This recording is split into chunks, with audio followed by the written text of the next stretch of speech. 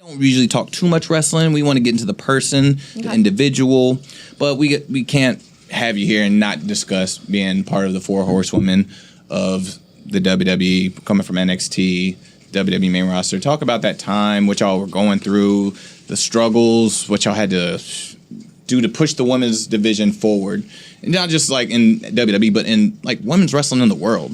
Yeah, discuss that. That's that's huge. Shoo, it was hard, but I always like, man, I think we all just got really lucky getting there at the same time, around the same time, you know? Yep. Like, I think if I were to be hired 6 months later or 6 months earlier or a year later, like, it just wouldn't have worked out the way it did, you know? When I got there, Charlotte and Sasha were already there. Becky got there 6 months later, I think, when we started at the Performance Center. This was 2014? I got there in 2013, January 2013, and then we got to the PC in June 2013, I think. Oh, okay. Yeah, so I was only in Tampa for like 6 months in the FCW arena. Yeah. And then we moved on, and that's when a bunch of people got hired, and Becky was one of them. And it was like, there we are. Bye. I think that's our first. That's in Philly, where I think Sasha and Charlotte main evented. Or did we have the 4-way there? No, I think Sasha and Charlotte main evented that show, which is a huge deal to main event in freaking Philly, right? As a huge wrestling town. Huge. That was when NXT first started traveling outside of Florida, really. That was a juggernaut class altogether. Dude. Like that class, just like with y'all 4, and then also on the men's side, shaped what we see on TV now. Right. In the industry, period. Yeah. Should be told. Like Samoa Joe, Finn Balor. Jesus. We had Neville.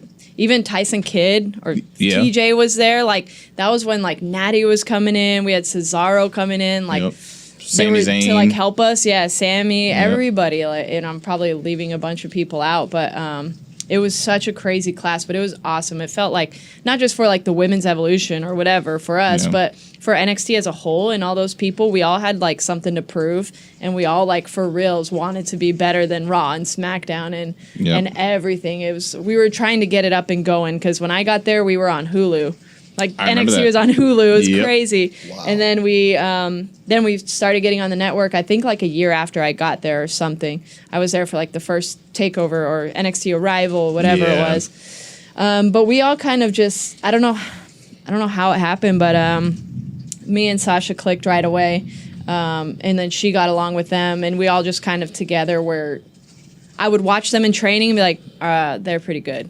And they're pretty serious. Like, Becky coming in, I was like, damn, look at those arm drags. Charlotte was just like, naturally freaking obviously can do a backflip and land on her feet and then do like, okay, what's next? I'm like, can you do a headlock takeover? And just like, boom, you know? right there, got it. Yeah, and good God. Just, I don't know, I just saw something in them when we were training that was just awesome, and I loved it. I was like, I can do this, because the first month for me was rough when I started, because I didn't want to be this like diva girly, you know, I didn't know how.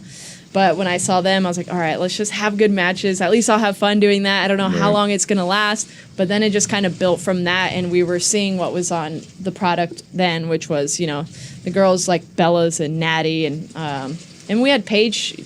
When I first got there, Paige was there too. But then when Paige got called up, like, it was like really the tail end of that, yeah. They weren't really getting the opportunity, and we were, so we were taking full advantage of it in, you know, marquee matches and main event matches.